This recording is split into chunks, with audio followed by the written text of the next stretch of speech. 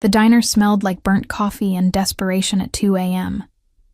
I wiped down the same sticky table for the third time, my fingers pruned from bleach water, my feet screaming inside worn sneakers held together with duct tape. The fluorescent lights buzzed overhead like angry wasps, casting everything in that sickly yellow glow that made even the youngest customers look half dead.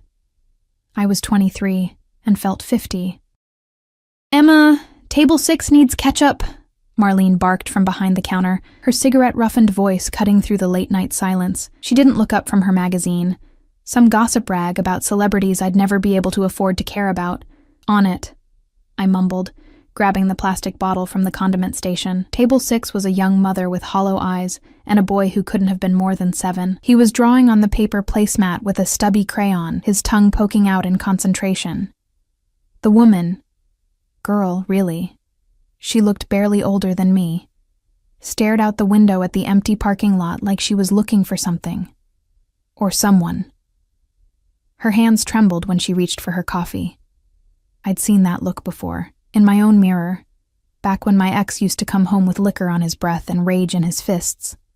Back when I'd count the tiles on the bathroom floor and wonder if this would be the night he finally went too far. "Here's your ketchup," I said softly, setting it down. "Can I get you anything else? Maybe some pie?" "It's on the house." The boy's eyes lit up. "Can we, Mama?" She shook her head, voice barely a whisper. "We can't accept—" "I insist," I interrupted gently. "Cherry or apple?" "Cherry!" the boy squealed, then immediately looked guilty, like he'd been taught that joy was something to apologize for. I smiled at him. "Cherry it is, sweetheart." I was heading back to the kitchen when the bell above the door chimed. The sound seemed to suck all the air out of the room. 3 men walked in, and everything about them screamed wrong. The first 2 were massive, their shoulders barely fitting through the doorframe. They wore dark suits that probably cost more than I made in 6 months, and their eyes scanned the diner with the cold efficiency of predators. But it was the third man who made my breath catch.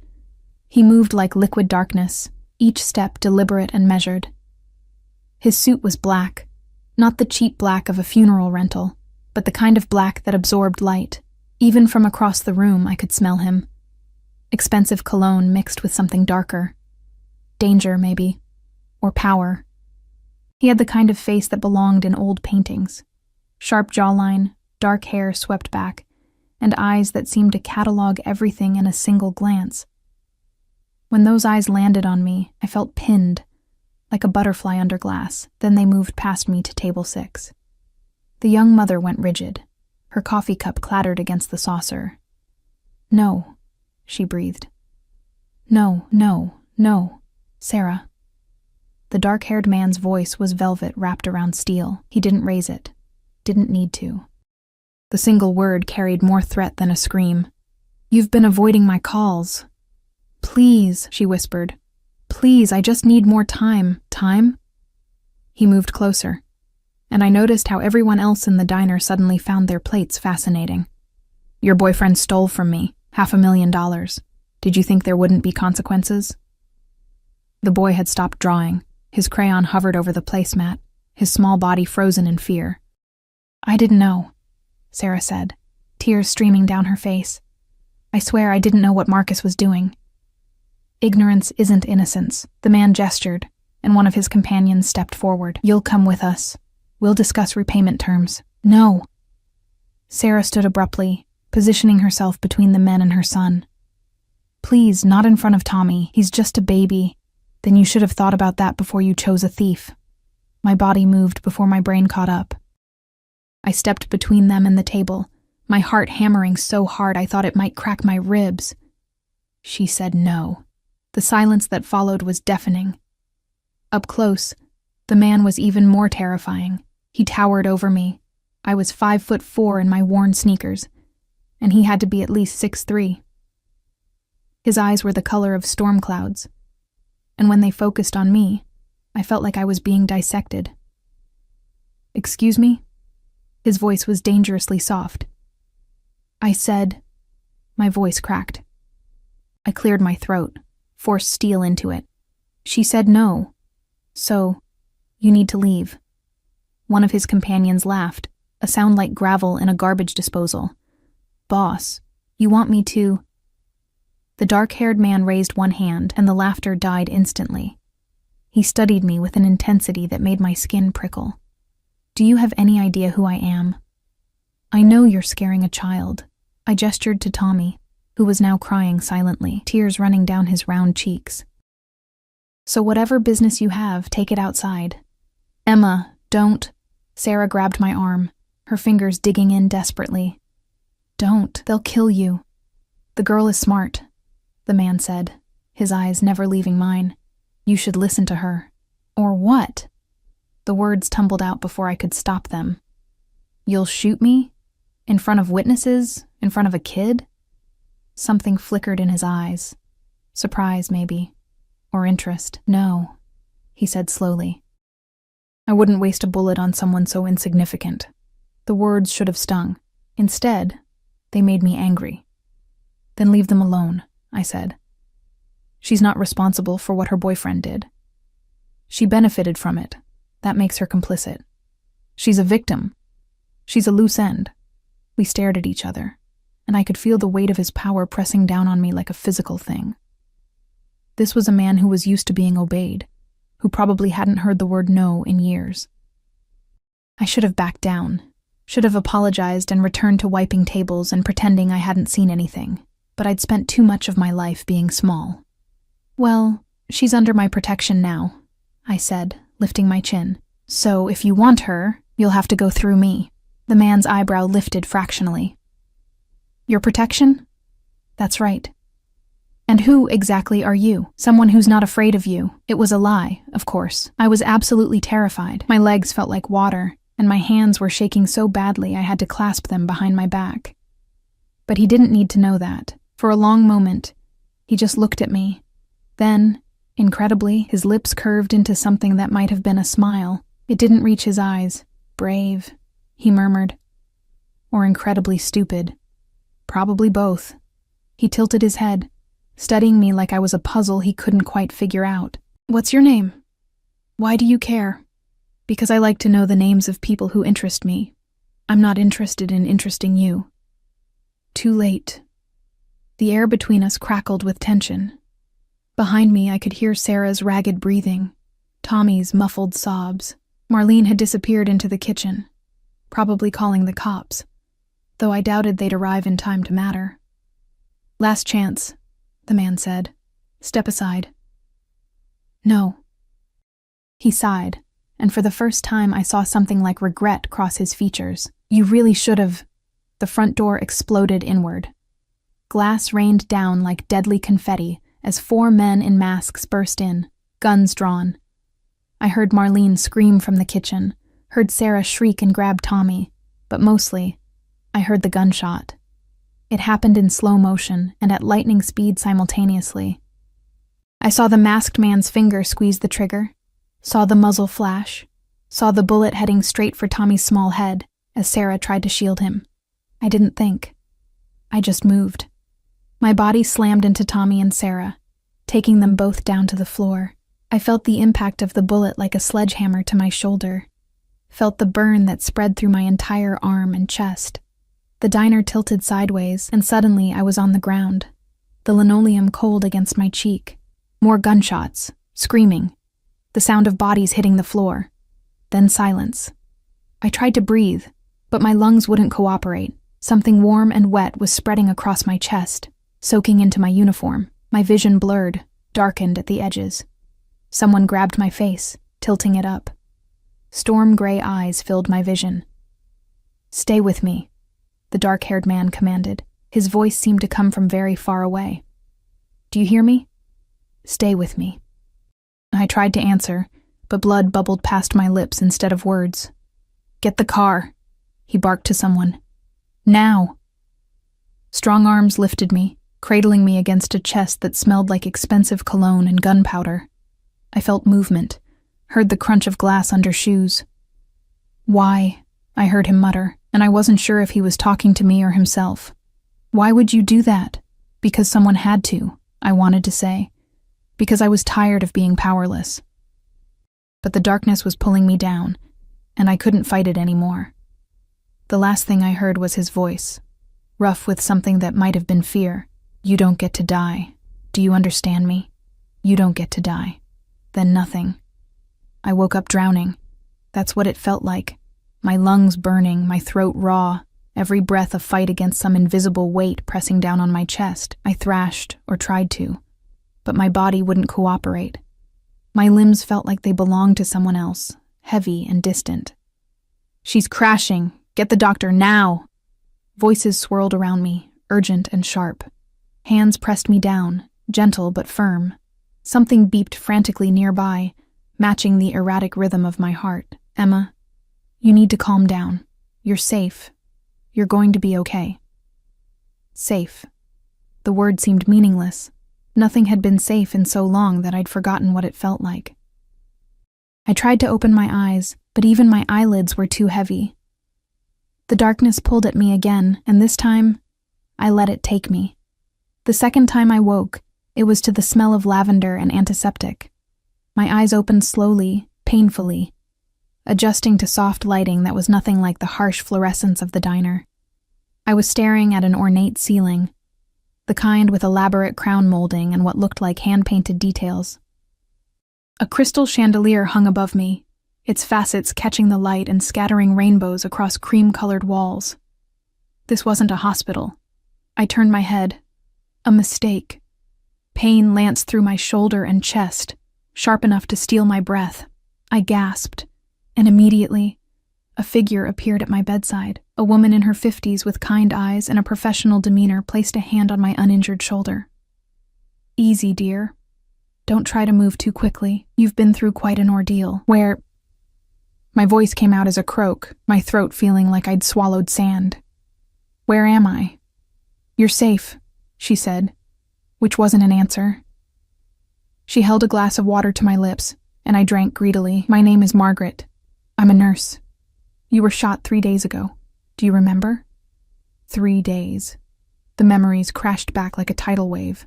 The diner, the men in suits, Sarah and Tommy, the masked gunman, the bullet, the boy, I rasped. Tommy, is he? The child is fine, Margaret assured me. Thanks to you. You saved his life. The relief was so intense it made me dizzy. Or maybe that was the pain medication. Sarah? Also safe. Mr. Moretti made sure of it. Mr. Moretti? Margaret's expression shifted, became more guarded. The man who brought you here. He's been very concerned about your recovery. The dark-haired man. Storm gray eyes. The way he'd looked at me right before everything went to hell. Where is here, exactly? I asked, looking around the room. It was easily twice the size of my entire apartment, furnished with antiques that probably cost more than I'd earn in a lifetime. Heavy curtains framed floor-to-ceiling windows, currently closed. A door to my right appeared to lead to a bathroom, and another straight ahead was shut. Mr. Moretti's estate, Margaret said carefully. He has an excellent medical facility here. You receive the best care possible. I need to leave. I tried to sit up, but my body screamed in protest. The pain was blinding, radiating from my shoulder through every nerve ending. You need to rest, Margaret said firmly, easing me back down. You were shot in the chest. The bullet nicked your lung and fractured your clavicle. You're lucky to be alive. Lucky. Right. My apartment, I said weakly. My job. I have rent due, and Marlene is going to fire me for missing shifts. Everything has been taken care of. The new voice made my blood run cold. He stood in the doorway, filling it completely. The man from the diner. Mr. Moretti. Up close and in better lighting, he was even more devastating. His suit today was charcoal gray, perfectly tailored to his broad shoulders and lean frame. His dark hair was slightly mussed, like he'd been running his hands through it, and there were shadows under his eyes that suggested he hadn't been sleeping well. Your rent has been paid for the next 6 months, he said, his voice that same velvet-wrapped steel. Your landlord has been informed you're recovering from an accident. As for your job, his expression hardened. That diner should have had better security. They're lucky I don't burn it to the ground. Margaret quietly excused herself, slipping out of the room and closing the door behind her. Suddenly, the enormous bedroom felt very small, You had no right, I said, hating how weak my voice sounded. No right to pay my bills or make decisions for me. You took a bullet that was meant for someone I was going to kill. He moved closer, each step measured and predatory. That changes things. Changes what things? He stopped at the edge of the bed, looking down at me with an expression I couldn't read. You should have died. The bullet should have killed you, but you're still here. Sorry to disappoint. Something flickered in his eyes. Surprise, maybe. You're not sorry. You'd do it again. He was right, and we both knew it. Why did you do it? He asked, and there was genuine curiosity in his voice. You didn't know that boy. You had no stake in what was happening. Why throw yourself in front of a bullet for a stranger? Why does it matter? Because I need to understand. He pulled a chair close to the bed and sat, his movements fluid and controlled. I've spent 15 years in this life, Emma. I've seen men kill their own brothers for money. I've seen women sell their children for drugs. I've seen loyalty bought and sold like commodities, but I have never...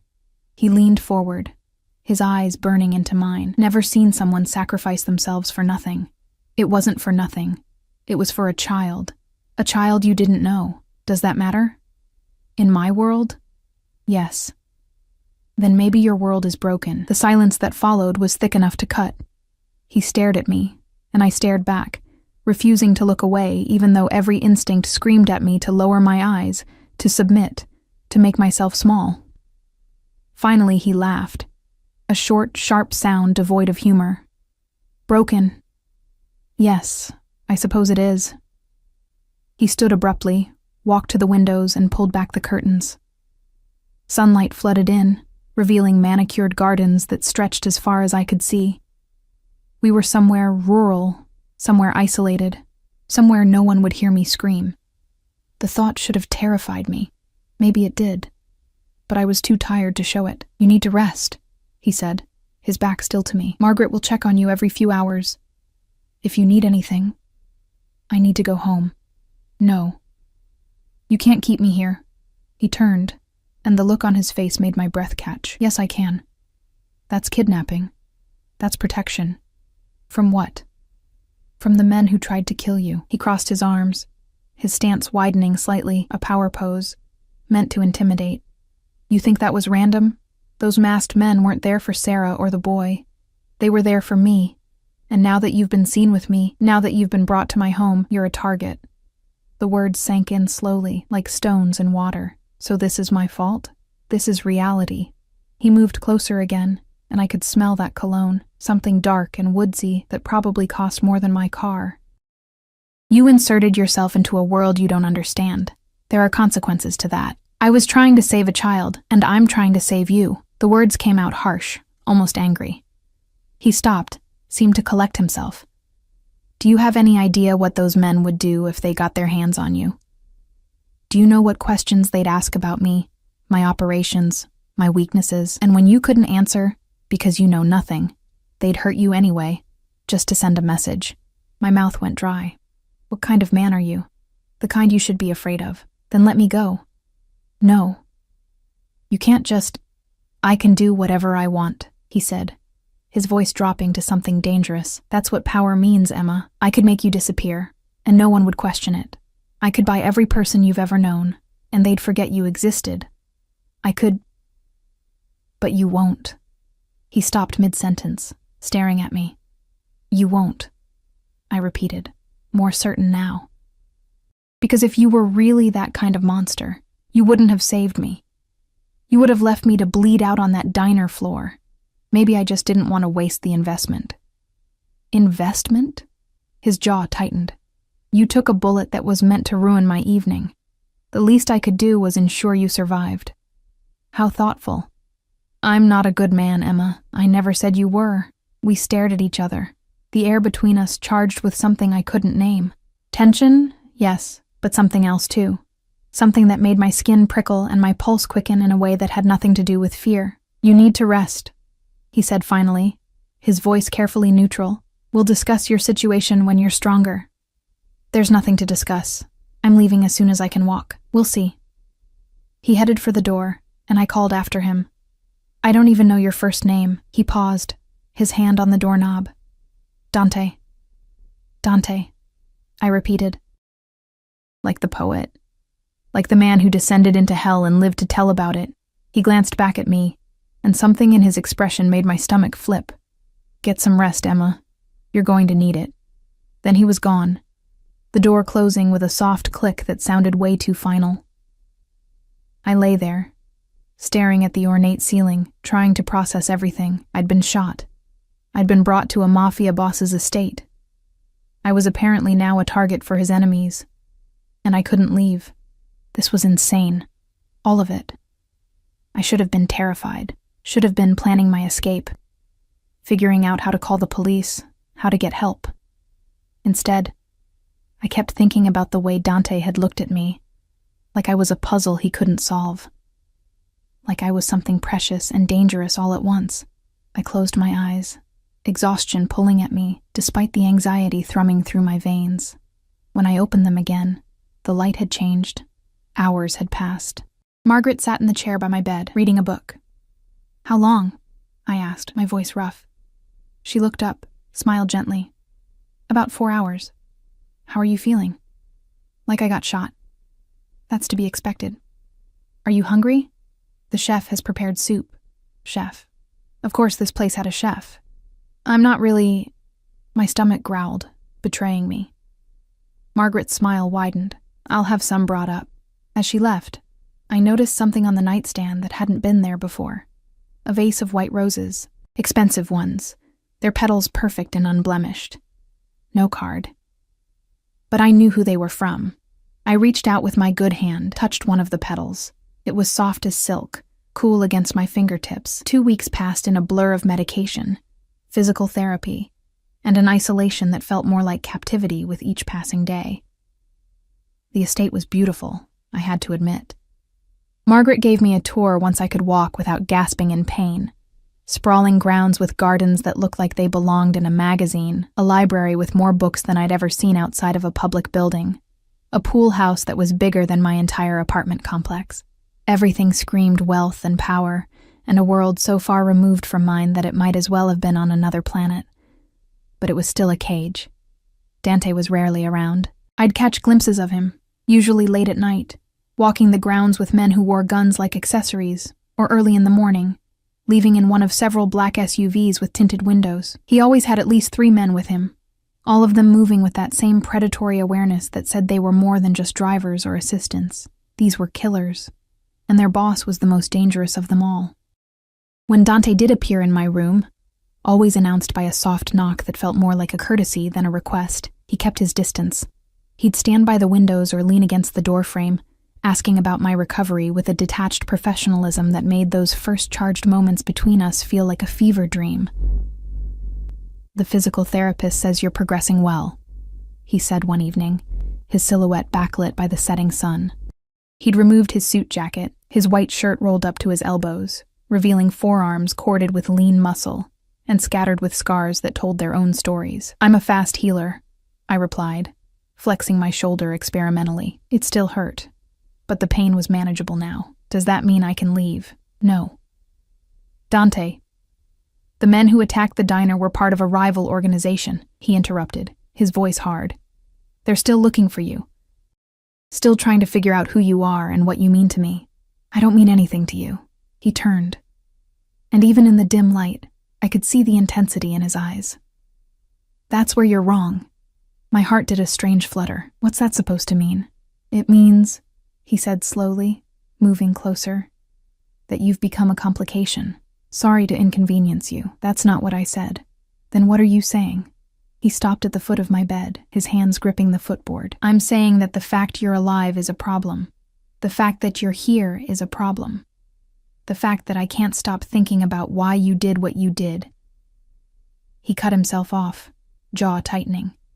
"It's all a problem. So let me go. Problem solved." "You're not listening." His voice dropped, became almost gentle.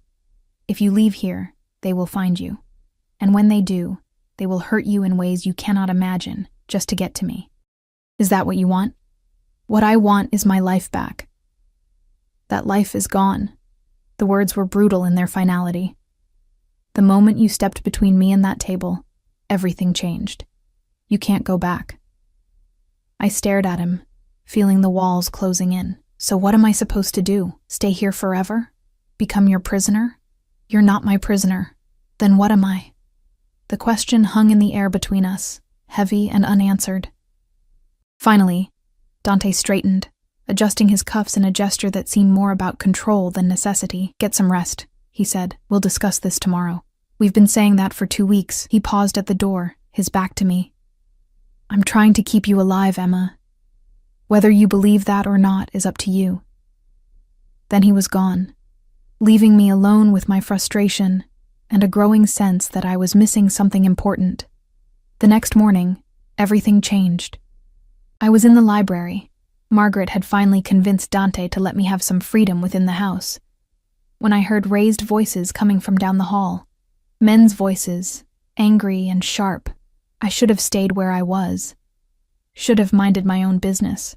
Instead, I moved closer, pressing myself against the wall near a partially open door. "Can't keep her here indefinitely," someone was saying. Not Dante. Someone else with a voice that sounded like gravel. "The families are asking questions. They want to know why you're protecting some nobody waitress." "She's not a nobody." Dante's voice, cold as ice. "She's a liability." The gravelly voice shot back. "And you know what we do with liabilities. Touch her, and you're dead." The certainty in those words made my breath catch. "Boss, be reasonable. You don't even know her. She's just some girl who..." "She threw herself in front of a bullet meant for a child," Dante interrupted. "When was the last time you did something that wasn't motivated by money or fear?" Silence. "That's what I thought," Dante continued. "She stays. Anyone who has a problem with that can take it up with me personally. And if the Volkov family comes looking, let them come." I heard footsteps approaching the door and scrambled back, but not fast enough. The door swung open fully, revealing Dante and 2 other men, one middle-aged with silver at his temples, the other younger, with a scar running from his eyebrow to his cheek. All 3 of them stared at me. "Eavesdropping?" Dante's tone was unreadable. "Getting exercise," I countered. "Margaret said I should walk more." The scarred man snorted. "She's got balls, I'll give her that." "Marco," Dante said quietly. The name was a warning. Marco raised his hands in surrender. "Just making an observation, boss." Dante turned back to me, his expression carefully neutral. "We need to talk. My office. Now." It wasn't a request. His office was exactly what I'd expected. Dark wood, leather furniture, floor-to-ceiling bookshelves, and an imposing desk that probably cost more than a car. But what caught my attention was the wall of monitors showing security feeds from what had to be dozens of cameras around the property. I was definitely a prisoner, regardless of what he claimed. Dante closed the door behind us, then moved to a bar cart and poured 2 fingers of amber liquid into a crystal tumbler. He downed it in one swallow, then poured another. "How much did you hear?" he asked, his back still to me. "Enough to know that I'm a liability who's causing problems. You're not a liability." That man seemed to think so. "Marco, was it?" Dante turned, and there was something dark in his expression. "Marco thinks with his fists, not his brain. Ignore him." Kind of hard to ignore when he's probably right. I crossed my arms, immediately regretted it as pain flared in my shoulder. I heard what he said about the Volkov family. Are they the ones who attacked the diner? Dante studied me for a long moment, then nodded slowly. "Yes. They've been trying to move in on my territory for months. The attack was meant to send a message. And I got caught in the crossfire, yes." "So what happens now?" He set down his glass with a soft click. "Now, we adapt." "What does that mean?" "It means," he said, moving around his desk to stand in front of me, "that we need to make your presence here make sense. We need to give the other families, and the Volkovs, a reason why you're under my protection." My stomach dropped. What kind of reason? He was close now, close enough that I could smell his cologne again, see the flecks of darker gray in his storm cloud eyes. The kind of reason that can't be questioned. "Dante, you're scaring me." "Good. You should be scared." He reached out, tucked a strand of hair behind my ear, The gesture was surprisingly gentle, at odds with the tension in his body. What I'm about to propose, it's not what either of us planned, but it's the only way to keep you safe. Just tell me. He took a breath, and for the first time since I'd met him, I saw something like uncertainty cross his features. You need to marry me. The words didn't make sense. They bounced around in my head like loose change, refusing to settle into any kind of logical order. What? Marriage, he repeated, his voice steady now. All business. A public ceremony, witnessed by all the major families. It's the only way to make you untouchable. You're insane. I'm practical. He stepped back, giving me space to breathe. Think about it, Emma. If you're just some woman I'm protecting, you're a weakness. But if you're my wife, he gestured broadly, you become part of the organization. You become family, and family is sacred, even in this world. I pressed my hands to my temples, trying to stop the room from spinning. This is crazy. We don't even know each other. We know enough. We don't know anything. I don't know your favorite color or your birthday or whether you like dogs or cats or... Blue. March 15th. Dogs. Specifically German shepherds. He moved closer again, his voice softening. And you take your coffee black with 2 sugars. You bite your lip when you're nervous. You have a scar on your left knee from falling off a bike when you were 9. You hate peas but love carrots. Should I continue? I stared at him, speechless. How do you? I pay attention. That's creepy. That's protection. He cupped my face with one hand, his thumb brushing my cheekbone. I need to know everything about you to keep you safe. That's how this works. I don't want to get married, I whispered. I don't want you dead. The brutal honesty of it stole my breath. He wasn't trying to romance me or convince me this was some fairy tale. He was laying out facts, cold and clear. This is temporary, he continued. Once the threat passes, once the Volkovs back down or we come to terms, we can annul it. You can go back to your life, but right now, this is the only option. There has to be another way. There isn't. I pulled away from his touch, moved to the window. Outside, armed men patrolled the grounds. I could see the high walls in the distance, topped with what looked like cameras or sensors. This place was a fortress, and I was trapped inside it. What if I say no? I asked quietly. The silence stretched long enough that I turned to look at him. His expression was carefully blank. Then I'll do everything in my power to keep you safe for as long as I can, but eventually my enemies will find a way. And when they do... He didn't finish the sentence. He didn't have to. So it's marry you or die. It's marry me or live in constant danger. Always looking over your shoulder, never knowing when someone might put a bullet in your head just to hurt me. He moved to stand beside me at the window. I won't force you, Emma. The choice is yours, but I need you to understand what that choice means. I looked out at the grounds, at this gilded prison I'd somehow become part of. 2 weeks ago, my biggest worry was making rent. Now I was standing in a Mafia boss's office, being asked to marry him to stay alive. This couldn't be real. But the ache in my shoulder was real, the fear was real, and the man standing next to me, radiating barely controlled tension, was very, very real. If I agree, I said slowly. I need ground rules. I felt rather than saw him turn toward me. Go on. This is a business arrangement, nothing more. Agreed. Separate rooms. Separate lives, as much as possible. Within reason. What does that mean? It means we'll need to appear together at certain events, family dinners, public appearances. We need to sell this. He tilted his head. But your privacy will be respected otherwise. I turned to face him fully. And when this is over, when the danger passes, you walk away with enough money to start over wherever you want. New identity if you need it. New life. Clean break. You'd really let me go? Something flickered in his eyes, something that looked almost like pain. But it was gone so quickly I might have imagined it. Yes, he said quietly. I'd let you go. I studied his face, looking for any sign of deception. But all I saw was a man who'd built walls so high and so thick that I doubted anyone had ever truly known him.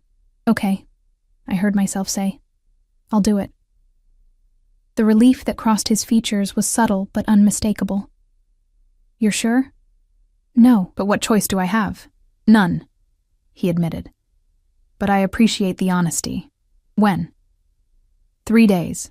That's how long it will take to arrange everything and notify the other families." He pulled out his phone, already typing. "You'll need a dress.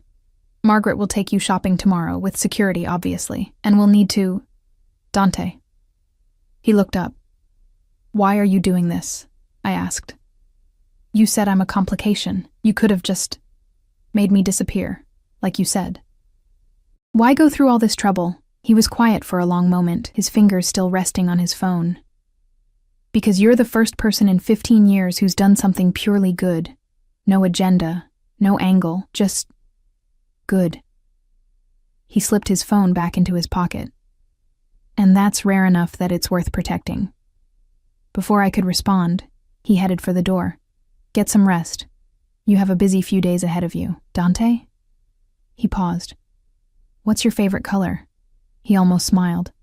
"I thought you didn't care. If I'm going to marry you, even temporarily, I should probably know something about you." "Green," he said after a moment.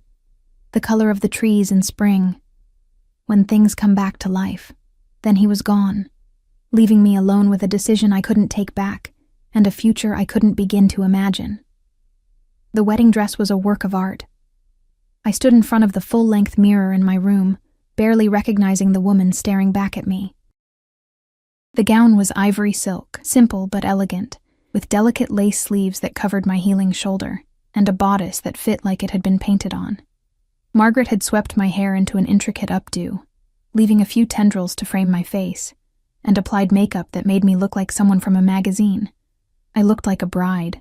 I felt like a fraud. "You're beautiful," Margaret said softly from behind me. There was genuine warmth in her voice, but also sadness. She knew the truth about this arrangement. She had to. Nothing in this house happened without people knowing. "I feel like I'm playing dress-up," I admitted. "Sometimes that's all marriage is, playing a role until it becomes real." I met her eyes in the mirror. "This isn't going to become real." She didn't argue, just adjusted a curl and stepped back. "Mr. Moretti is waiting downstairs.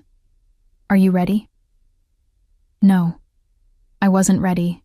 I'd never be ready for this, but I nodded anyway. The ceremony was held in the estate's garden, under an arch wrapped in white roses and ivy. There were maybe 50 people in attendance, all men in expensive suits, most with hard eyes and harder expressions. The families, Dante had called them. The people who needed to witness this union to make it legitimate in their world. I walked down a makeshift aisle alone. No father to give me away, no friends to smile and cry happy tears. Just me, in a borrowed dress, about to marry a man I barely knew to stay alive. Dante stood at the altar in a black tuxedo that probably cost more than my car.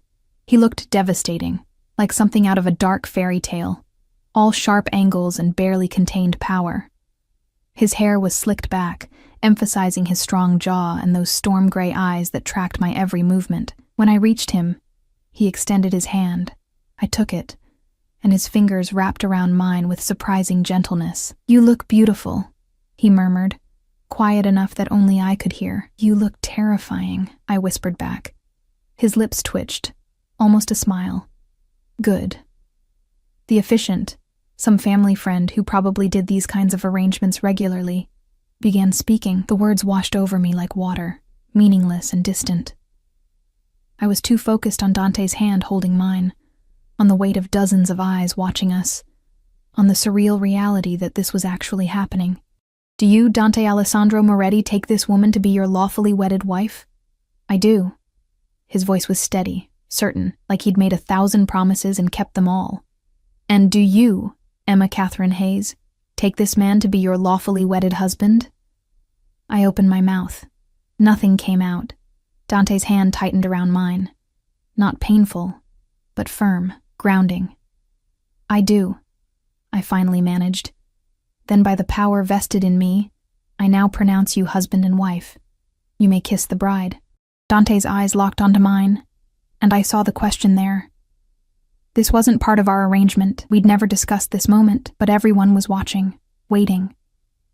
He leaned in slowly, giving me time to pull away. I didn't. Couldn't. His lips met mine in a kiss that was surprisingly soft, almost chaste. It lasted maybe 3 seconds. But in those 3 seconds, I felt something shift, something dangerous and electric that made my heart race for reasons that had nothing to do with fear. When he pulled back, his eyes were darker, intense. "Mrs. Moretti," he said quietly. The name felt like a brand. The reception was held in the estate's ballroom, because of course this place had a ballroom. Crystal chandeliers, a live orchestra, tables laden with food that could have fed my entire neighborhood for a month. It was excessive and ostentatious, and exactly what I'd expected from this world. I sat at the head table next to Dante, picking at food I couldn't taste, smiling at strangers who came to offer congratulations that felt more like assessments. They were measuring me, trying to figure out what game Dante was playing by marrying someone like me. I wondered the same thing. "You're doing well," Dante said quietly, his hand finding mine under the table. The gesture surprised me. We were alone at the table for the moment, everyone else dancing or socializing. He didn't need to touch me, but he did anyway. "I feel like a circus animal," I admitted. "Everyone's staring. They're curious. You're an unknown variable in a world that doesn't like unknowns." "Should I be worried?" "Not while you're wearing my ring." I looked down at my left hand, at the platinum band with an emerald-cut diamond that probably cost more than I'd earn in 10 years. It felt heavy. Foreign. "Dante," I said slowly, "what exactly did I just become part of?" He was quiet for a moment, his thumb tracing circles on my palm. "My family has been in this business for 4 generations. We control most of the shipping and distribution in the northeastern corridor. Legitimate businesses, too. Restaurants, real estate, construction. We're not just criminals, Emma. We're an empire. An empire built on what? Drugs? Weapons? Information, mostly. And yes, occasionally things that exist in legal gray areas. But we have rules. No human trafficking, no children, no innocents." He turned to look at me. "I'm not asking you to approve of what I do. Just to understand that it's more complicated than you think. Is that supposed to make me feel better? It's supposed to make you understand why we can't just walk away from this world. Why the Volkovs attacking me isn't just a personal grudge. It's about territory and power and things that have been brewing for decades." Before I could respond, a man approached our table. He was older, maybe 60, with silver hair and a face that looked like it had been carved from granite. "Dante," he said, his accent thick. Russian, I thought. "Congratulations on your marriage." Every muscle in Dante's body tensed. "Victor, I wasn't sure you'd come. How could I miss such an occasion?" Victor's eyes slid to me, cold and assessing. "Your bride is lovely. So young, so innocent." The way he said innocent made my skin crawl. "Emma," Dante said, his voice carefully controlled. "This is Victor Volkov. Victor, my wife, Emma. Volkov." The name from the conversation I'd overheard. The rival family. "A pleasure," Victor said, though nothing about his expression suggested pleasure. "Tell me, Mrs. Moretti, how did you and Dante meet?" I felt Dante's hand tighten around mine under the table. A warning. "At a diner," I said, keeping my voice steady. "I was working the late shift." "A diner." Victor's smile was reptilian. "How charming. And now here you are, married to one of the most powerful men on the East Coast. Quite the upgrade." "Victor," Dante said quietly, "if you have something to say, say it. I'm simply wondering about the timing." Victor's eyes never left me. "Your marriage comes so soon after that unfortunate incident. The shooting. You were there, weren't you, Mrs. Moretti?" My blood ran cold. "She was," Dante confirmed. "She was shot protecting a child. My wife is a hero, or a pawn." Victor leaned closer, and I could smell vodka on his breath. "Tell me, did Dante explain to you what happens to pawns in our world?" "That's enough." Dante stood, and suddenly the entire room seemed to quiet. His hand moved to the small of my back, protective and possessive. You've offered your congratulations. Now leave. Victor held up his hands in mock surrender. Of course. I meant no offense. I simply wanted to meet the woman who's captured your attention so completely. He bowed slightly. Enjoy your wedding night, Mrs. Moretti. I suspect it will be educational. He walked away, and I felt like I could finally breathe again. Are you all right? Dante asked, his hand still on my back. Who was that, really? The man who ordered the hit on the diner. The man who wants me dead. He guided me toward the dance floor. And now, thanks to this marriage, the man who wants you dead too. You could have warned me. If I'd warned you, you would have been terrified, and he would have seen it. Dante pulled me into his arms as the orchestra began a waltz. You did perfectly. You showed him nothing. I showed him everything. I practically froze. You showed him strength. His hand settled on my waist, and we began to move. I'd never waltzed before, but somehow my body followed his lead automatically. He was trying to intimidate you, to make you crack, but you didn't. You looked him in the eye and held your ground. I was terrified. I know. His voice softened, but he didn't. And that's what matters. We danced in silence for a moment, and I became aware of how close we were, how his hand spanned my waist, how his body moved against mine with practiced ease, how every woman in the room was watching us with expressions ranging from envy to calculation. Why did you kiss me? I asked suddenly. At the altar. You didn't have to. Yes, I did. If I hadn't, they would have questioned the legitimacy of this marriage. Is that the only reason? His eyes met mine, and something flickered in their depths. Does it matter? I don't know. Then maybe you shouldn't ask questions you're not ready to hear the answers to. The song ended, and we separated, but I could still feel the heat of his hand on my waist, could still smell his cologne mixing with something uniquely him. This was dangerous. All of it. Not just the Volkovs or the threats or the world I'd married into, but the way my body responded to Dante's touch, the way my heart raced when he looked at me, the way I was starting to forget this was just an arrangement. The reception lasted until midnight. By the time the last guest left, I was exhausted, emotionally, physically, completely drained. Margaret appeared to help me out of my dress, but Dante stopped her. I'll help my wife, he said, his voice carrying an edge that made Margaret nod and quickly exit. We stood in my room, which I supposed was now our room, at least for appearances, and the silence was deafening. Turn around, Dante said quietly. I did, feeling his fingers find the zipper at my back. He pulled it down slowly, carefully, his knuckles brushing against my spine. I shivered despite myself. Cold? He asked. No. The dress pooled at my feet, leaving me in just a slip. I crossed my arms over my chest, suddenly aware of how vulnerable I was. I'll sleep in the chair, Dante said, already removing his jacket. Or I can take one of the guest rooms if you prefer. The chair is fine. I didn't know why I said it. Maybe because having him nearby felt safer than being alone. Maybe because I was too tired to analyze my own motivations. I changed in the bathroom, pulling on a simple nightgown that Margaret had left out. When I emerged, Dante was sitting in the armchair by the window, his tie loosened, his shirt partially unbuttoned. He looked tired, more tired than I'd ever seen him. Thank you, I said quietly. For today, for keeping me safe. That's my job now, as your husband. Temporary husband. Right, temporary. But something in his voice made it sound like a question. I climbed into bed, pulling the covers up. Dante? Yes?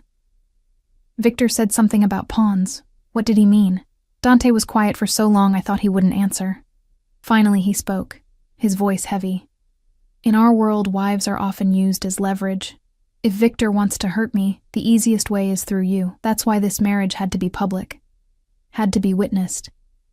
Because now hurting you isn't just hurting me. It's violating sacred rules. Even Victor won't cross that line lightly. But he might cross it anyway. He might try. And then what? Dante turned to look at me, and in the dim light, His eyes looked almost black. Then I'll kill him. And anyone else who tries to touch what's mine. The possessiveness in his voice should have scared me. Instead, it made something low in my belly tighten. I'm not really yours, I whispered. No, he agreed, but they don't know that. And as long as they believe you are, you're safe. I closed my eyes, trying to slow my racing heart. This is insane. Yes. I should never have stepped between you and that table. Probably not. But I don't regret it. Silence. Then, so quietly I almost missed it. Neither do I. I fell asleep to the sound of his breathing, to the knowledge that a dangerous man was watching over me, and to the terrifying realization that I was starting to trust him. 3 weeks into our marriage, everything fell apart. It started with a phone call. I was in the garden, reading a book Margaret had recommended, when I heard shouting from inside the house. Dante's voice, sharp and commanding, followed by the sounds of multiple people moving quickly. I set down my book and hurried inside, my heart already racing. The entrance hall was chaos. Men in suits were everywhere, checking weapons, speaking rapidly into phones. Dante stood in the center of it all, his face a mask of cold fury. "What's happening?" I asked, grabbing his arm. He turned, and for a moment I saw fear in his eyes. Actual fear. "It's Sarah and Tommy. The Volkovs took them." The world tilted. "What?" "They grabbed them from a safe house 2 hours ago, left a message." He held up his phone, and I saw a photo that made my stomach turn. Sarah and Tommy bound and gagged in what looked like a warehouse, terror in their eyes. "Why would they—" "Because of you." Dante's jaw was tight. "Because Victor knows you care about them. This is him sending a message, proving that my protection means nothing." Guilt crashed over me like a wave. This is my fault. This is Victor's fault. Dante gripped my shoulders. "Emma, listen to me. I need you to stay here. Marco and 3 others will guard you. I'm going to get them back." "I'm coming with you." "Absolutely not. They took them because of me." My voice cracked. "I'm not hiding here while they're in danger. You'll be in danger if you come. I don't care." I pulled away from him. "You can order your men around all you want, but you don't own me. Not really. And I'm not letting that little boy suffer because I took a bullet for him." Dante stared at me, and I could see the war happening behind his eyes. The need to protect me fighting against the knowledge that I wouldn't back down. "Fine," he said finally. "But you stay in the car. You don't move unless I tell you to. Understood?" "Understood." "And Emma?" He cupped my face with both hands, his touch surprisingly gentle. "If something happens to me, you run. You take whatever car is available, and you drive straight to the police station on 5th Street. Ask for Detective Chen. Tell him everything. He's one of the few honest cops left. He'll protect you. Nothing's going to happen to you. Promise me." "Dante?" "Promise me." I swallowed hard. "I promise." He kissed my forehead, quick, almost desperate, then turned to his men. "Let's move." The warehouse was in the industrial district, surrounded by abandoned buildings and empty lots. It was the kind of place where screams wouldn't matter, because no one was around to hear them. I sat in the back seat of Dante's SUV, wedged between 2 of his men, watching through tinted windows as he and a dozen others approached the building. They moved like shadows, silent and coordinated. This wasn't their first time doing something like this. "How long have you worked for him?" I asked the man to my left, a younger guy with kind eyes named Tony. 5 years, he said quietly. "He saved my sister from a trafficking ring. I owe him everything." "He saved your sister?" Tony nodded. "Those are his rules. No human trafficking, no hurting innocents. When he found out what was happening to her." He shook his head. "Let's just say the men responsible didn't live to regret it." I processed this new information, trying to reconcile it with everything I knew about Dante. He was a criminal, yes, a killer probably, but he had lines he wouldn't cross. The first gunshot shattered the night. Then more, a rapid staccato that made my heart jump into my throat. I pressed my face to the window, trying to see what was happening, but the men beside me pushed me down. "Stay low," Tony ordered. More gunshots, shouting, the sound of something exploding, then silence. It stretched for an eternity, and with each passing second, my chest tightened more. What if Dante was hurt? What if he was dead? What if... The SUV door flew open, and Dante appeared, carrying Tommy in his arms. The boy was crying but appeared unharmed. Behind him, Marco supported Sarah, who was limping but conscious. "Get them to the safe house," Dante ordered, passing Tommy to Tony. "Now." "Boss, your shoulder," I said now. Only then did I notice the blood soaking through Dante's shirt. He'd been shot. "You're hurt," I said, trying to get to him, but he was already closing the door. "I'm fine. Take care of them." Then he was gone, moving back toward the warehouse with the rest of his men. The drive back to the estate was tense. Sarah clung to Tommy, both of them shaking. I held Sarah's hand, trying to offer comfort, even though I was terrified myself. "I'm so sorry," she kept saying. "This is all my fault. If I hadn't gotten involved with Marcus, if I'd just..." "This isn't your fault," I told her firmly. "None of this is your fault, but they took us because of you, because you saved Tommy, and I'd do it again." I squeezed her hand. "You're safe now. That's what matters." Back at the estate, Margaret took charge, getting Sarah and Tommy settled in one of the guest rooms. I paced the entrance hall, checking my phone every 30 seconds, waiting for news about Dante. 2 hours passed, then 3. Finally, at nearly dawn, I heard vehicles approaching. I ran outside just as Dante emerged from an SUV, his face pale, his shirt dark with blood. Marco and another man supported him on either side. "He needs a doctor," Marco said. "Already called." Margaret appeared beside me. "Get him to the medical room." I followed, my hands shaking. Dante's private doctor, a stern woman in her 40s, was already setting up equipment. They got Dante onto the examination table, and she cut away his shirt, revealing a bullet wound in his shoulder. "Out," the doctor ordered. "All of you." "I'm staying," I said. "Emma?" Dante tried to sit up, winced. "I'm staying," I repeated, more firmly. "He's my husband." The doctor looked between us, then sighed. "Fine. But stay out of my way." I stood in the corner, watching as she worked. The bullet had gone through cleanly, missing anything vital, but Dante had lost a lot of blood. His face was gray, his breathing shallow. "You're an idiot," I said quietly. His eyes opened, found mine. "Excuse me? You got shot going after Sarah and Tommy. You could have died, but I didn't." "You could have. Would you have preferred I left them there?" "I would have preferred you didn't get shot." "Emma." His voice was soft despite the pain. "They took innocent people to hurt me. To hurt you. I couldn't let that stand. You scared me," I whispered. "When I heard the gunshots and then nothing, I thought..." "I know." He reached for my hand with his good arm.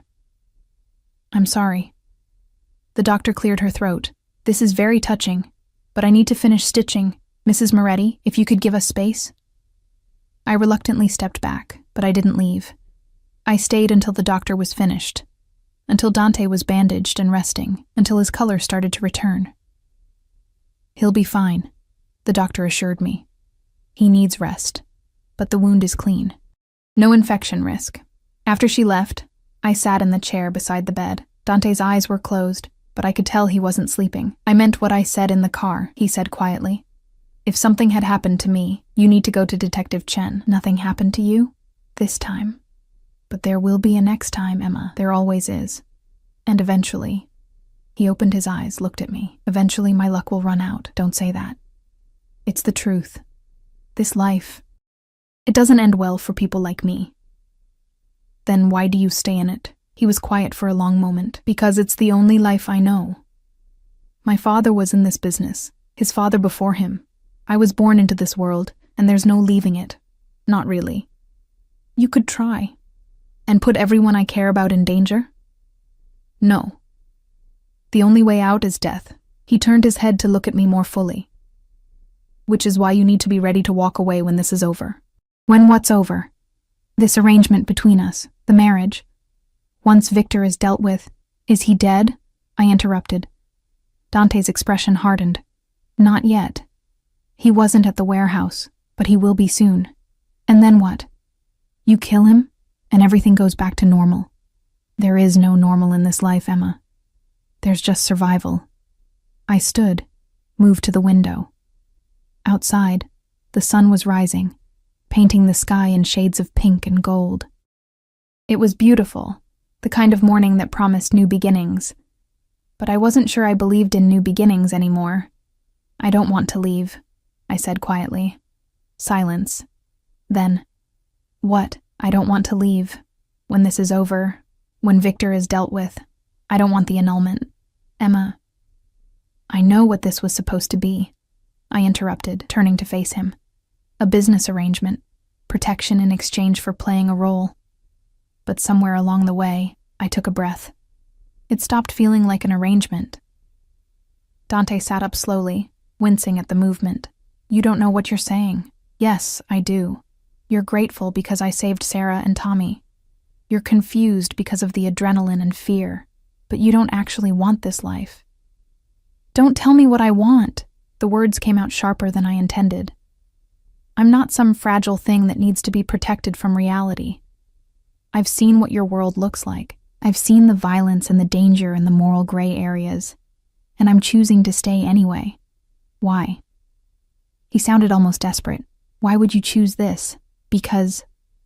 I moved closer to the bed. Because when I'm with you, I don't feel invisible anymore. Because you see me, really see me, in a way no one ever has. Because despite everything, despite all the reasons I shouldn't, I couldn't finish.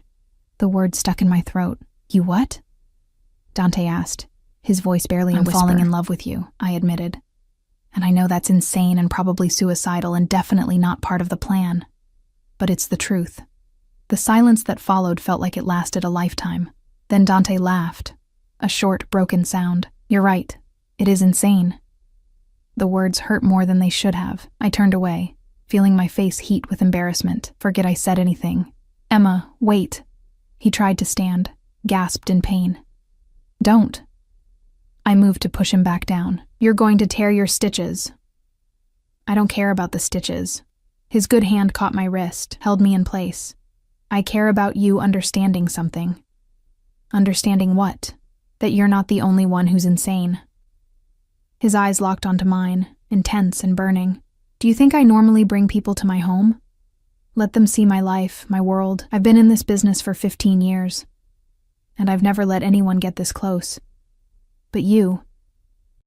He pulled me closer, until I was standing between his knees. You walked into my life with your impossibly brave heart and your stubborn refusal to back down, and you wrecked me. Dante.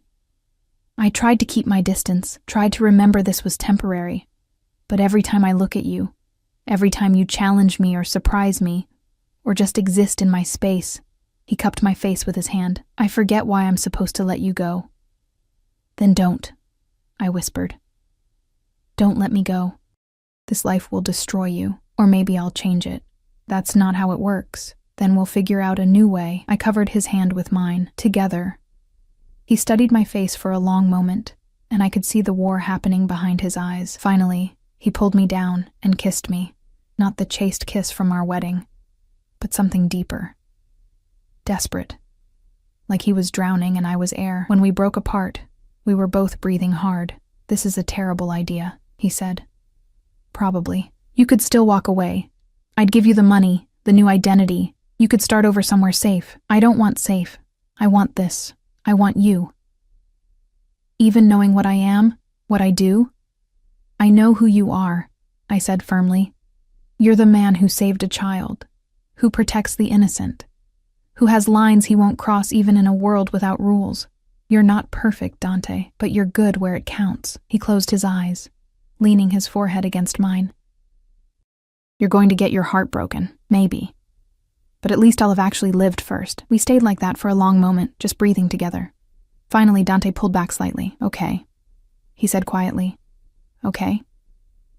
No annulment, no walking away. We do this, really do this. But Emma? His expression turned serious. If you stay, You're all in. That means understanding that my enemies become your enemies. It means accepting that some days will be dangerous. It means— I know what it means, I interrupted, and I'm choosing it anyway. I'm choosing you. Something shifted in his expression. Relief, maybe, or hope. Then you're stuck with me. Good. He kissed me again. Slower this time. Thorough. Like he was memorizing the taste of me. When we finally broke apart, I helped him lie back down. You need to rest. Stay with me. Always. I climbed onto the bed carefully, mindful of his shoulder, and curled into his side. His good arm wrapped around me, holding me close. I love you, he said quietly into my hair. I probably have since the night you stepped between me and that table. I was just too stubborn to admit it. I love you too. Even though I'm a terrible person, you're not a terrible person. You're just complicated. He laughed, then winced. Complicated. That's one word for it. We lay there in comfortable silence as morning light filled the room. Outside, I could hear the estate coming to life. Guards changing shifts, staff beginning their day, normal sounds in a very abnormal world. But it was my world now, my choice. 3 months ago, I'd been a waitress living paycheck to paycheck, invisible to everyone around me. Now I was married to one of the most powerful men on the East Coast, living in a world I never could have imagined. It was dangerous, it was complicated, it was absolutely insane. But when Dante's arms tightened around me, when I felt his heartbeat steady beneath my palm, I knew I'd made the right choice. Sometimes the best kind of salvation comes wrapped in darkness. Sometimes love finds you in the most unlikely places. And sometimes, throwing yourself in front of a bullet leads to something worth living for. 6 months later, Viktor Volkov was found dead in a warehouse. The same warehouse where he'd held Sarah and Tommy. The official report said it was a gang war casualty.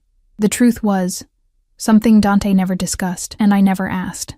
Sarah and Tommy moved into a safe house Dante owned in the suburbs, far from the life that had endangered them. Dante made sure Tommy got into a good school, that Sarah got job training, that they had everything they needed to start over. Because that was who my husband was. A man who protected the innocent, even while navigating a world built on violence and power. As for me, I learned to navigate that world too. I learned which families to trust, which to avoid, how to read the subtle power plays that happened at every dinner and gathering. I learned to be more than just Dante's wife. I became his partner, his confidant, his equal in ways that surprised both of us. It wasn't the life I'd planned. It wasn't safe or simple or normal. But it was mine.